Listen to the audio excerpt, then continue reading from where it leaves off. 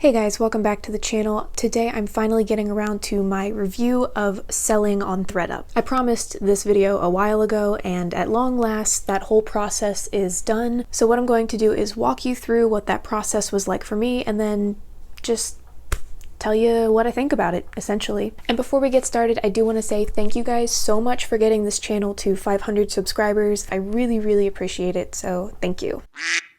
So I've talked about ThredUp on this channel a couple times now, but this is my first experience selling with ThredUp. I've looked up other people's experiences selling, I've looked up the reviews on the Better Business Bureau website, and I was gonna include those in this video, but the thing is, after reading them more closely, those reviews, the negative reviews of ThredUp on that site, I will link it down below, they mostly seem to be from people who didn't understand the terms of selling with ThredUp. So we'll get into that now. Just log on. So back in March, I finally decided to give selling with ThredUp a try. So what you do is you go to their website, you can click sell at the top of the page, and sending in a kit is free. You can either wait for them to send you a bag, or you can just package up your stuff in whatever box you have laying around, make sure that there are no other labels and other addresses on it, and the label is free, so you do not have to pay for shipping. Right off the bat, an important thing to note is they say, on average, they do not accept 50% of the items that are sent in. So that's where I think one point of misunderstanding was coming in with those reviews I found. There's a lot they do not accept. This is consignment that you're sending your stuff in for. So ThredUp is an online thrift store, but you only make a profit for the consignment part of that. So they're looking for stuff that does not have signs of damage or too much visible wear, so pilling and pulls and all that, stains, fading. They don't want stuff that has too much, if any, visible wear or damage. You also cannot send in stuff that's been altered, which is someone who alters like most of their wardrobe. That's kind of a... So from that front page, when you click on sell, it looks very easy and straightforward. It looks like, oh, just... There's a stink bug on the window. They just say send in your stuff, we'll do the work to sell it, and then you make a small profit.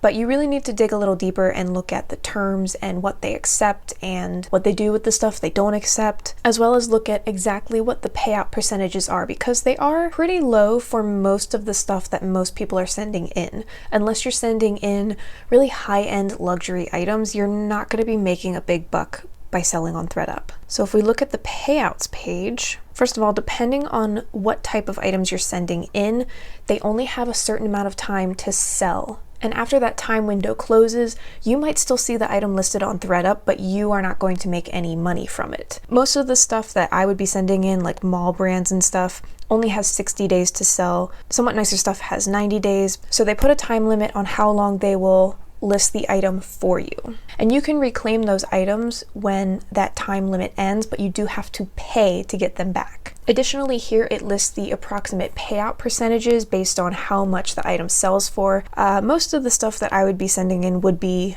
your value in mall brands, so most likely it would go for between $5 and $20. Therefore, I would only make between 3 and 15% of that sale price in profit for myself. If you're sending in higher end things, like I said, you will be getting a higher percentage payout, and you can see that in the chart as well. So like your luxury items, you're going to be getting 80% of the payout. But I'm not a luxury item kind of gal, so that's not going to be what I'm sending in.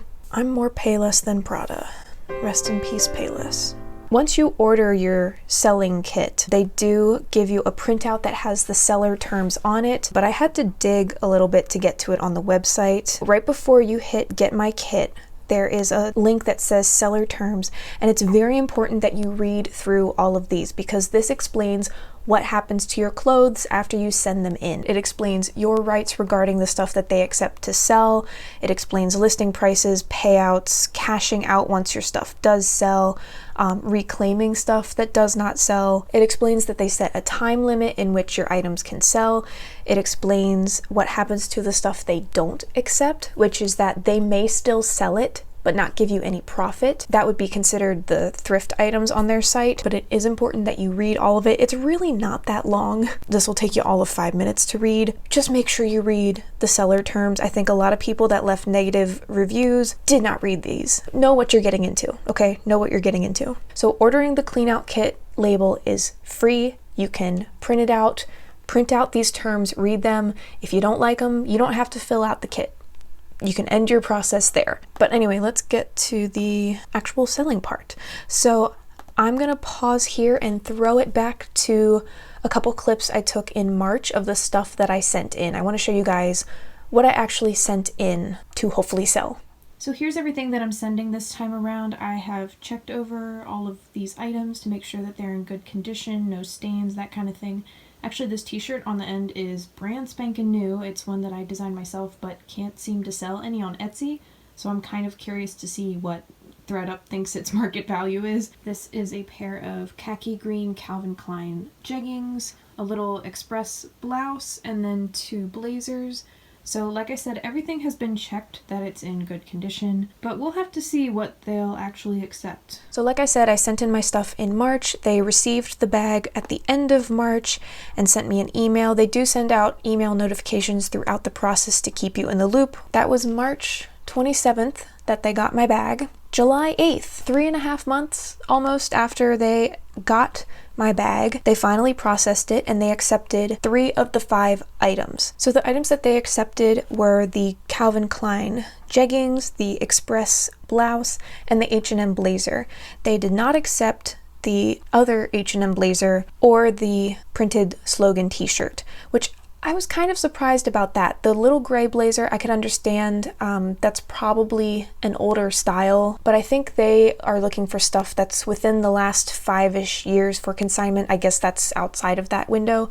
The t-shirt, I was a little surprised just because it was brand new. It was not cheap to make, but my theory is that they get so many slogan t-shirts. It doesn't matter how nice the t-shirt it's printed on is. They have a lot of slogan t-shirts and they don't really sell that great. There's 1,000,001 gray t-shirts that say rosé all day. Mine did not say that, but algorithmically it's probably considered the same thing. So I was bummed about that, but I kind of understand. I did search for the gray blazer and the gray t-shirt and I could not find them. Either it was categorized incorrectly or maybe it did sell and I just missed it. So I will never know if anyone thought my t-shirt was worth anything.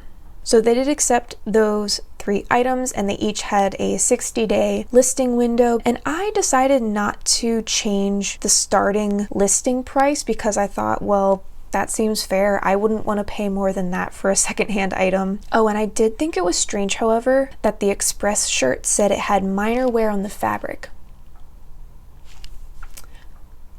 Where?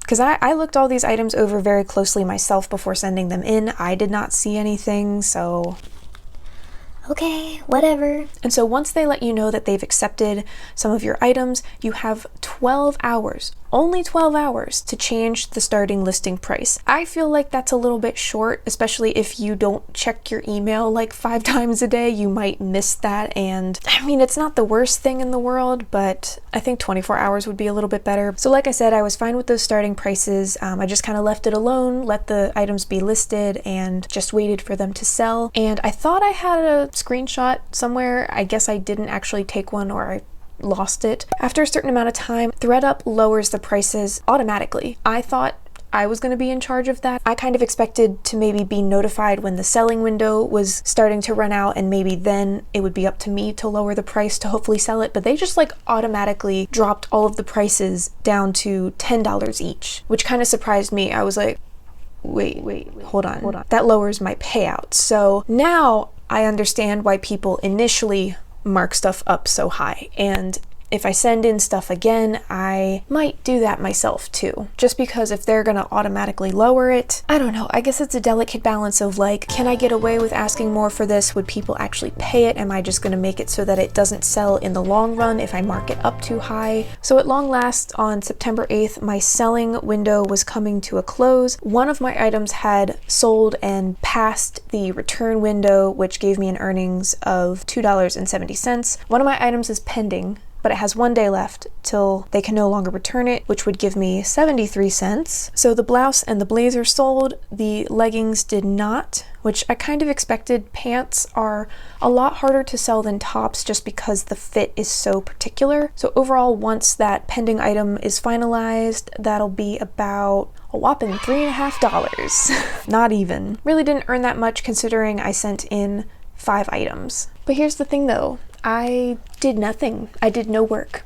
So that was a very long-winded way of explaining what the process was like for me selling a few things with ThredUp. And overall, my feelings about it, it was okay. $3 and whatever cents is not that much to earn from 5 items, but considering I didn't have to do any of the work, I didn't have to house those items while I was waiting for them to be sold.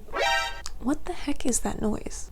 I think my nephew's playing on the stairs. I didn't have to house those items while I was waiting for them to be sold. I didn't have to photograph them, measure them, any of that. So I think if you want stuff out of your house and you don't want to do the work, it's a great option. But if you're really hell-bent on getting a certain price for certain items, don't send them in. You'll be disappointed. I regularly sell clothes I'm no longer wearing or just stuff we no longer want on eBay. It's a really good way to get rid of stuff. I tried Depop, I didn't love it. I still have yet to try Poshmark, and it is a lot more work, but you do get more of the money. So that's the part I like. I like getting more of the profits. So for me, I think I am going to send in more stuff to sell with ThredUp, but it's going to be stuff that maybe I've already tried to sell it for 6 months or more and just can't, or stuff that I don't think is really worth the time to try and sell, because honestly, if I'm not going to make at least $2 or $3 from an item that I'm selling myself on eBay, it's just not always worth it. So depending on what your time constraints are, what your patience is for selling things, the amount of space you have to store the items that you're waiting to sell,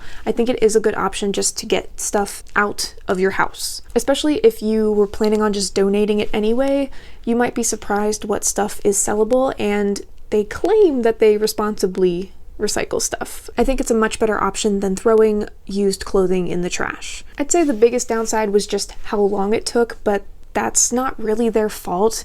I think with all of the marketing and pushing their site that they've been doing, it kind of feels like they've grown their consumer base faster than they can keep up with. So maybe it is their fault. I don't know. It's not the worker's fault. It's not the employee's fault. So if you're patient enough to wait 4 months for them to process your bag and you don't mind only getting a few dollars at most, then I'd say go for it if you just want stuff out of your house. But like I said, if you have stuff that you know it's valuable or you want a really particular price for it, then go with eBay, Depop, Poshmark, Mercari, I don't know. Comment your favorite resale sites down below. If you have a place that you really like to resell your clothing that works well for you, please let me know what that is, because I'm always looking for other options. eBay isn't really the best place to sell clothing because that's not what people are typically looking for there. So I think that's about all I have to say about it. It was fine. It was perfectly okay.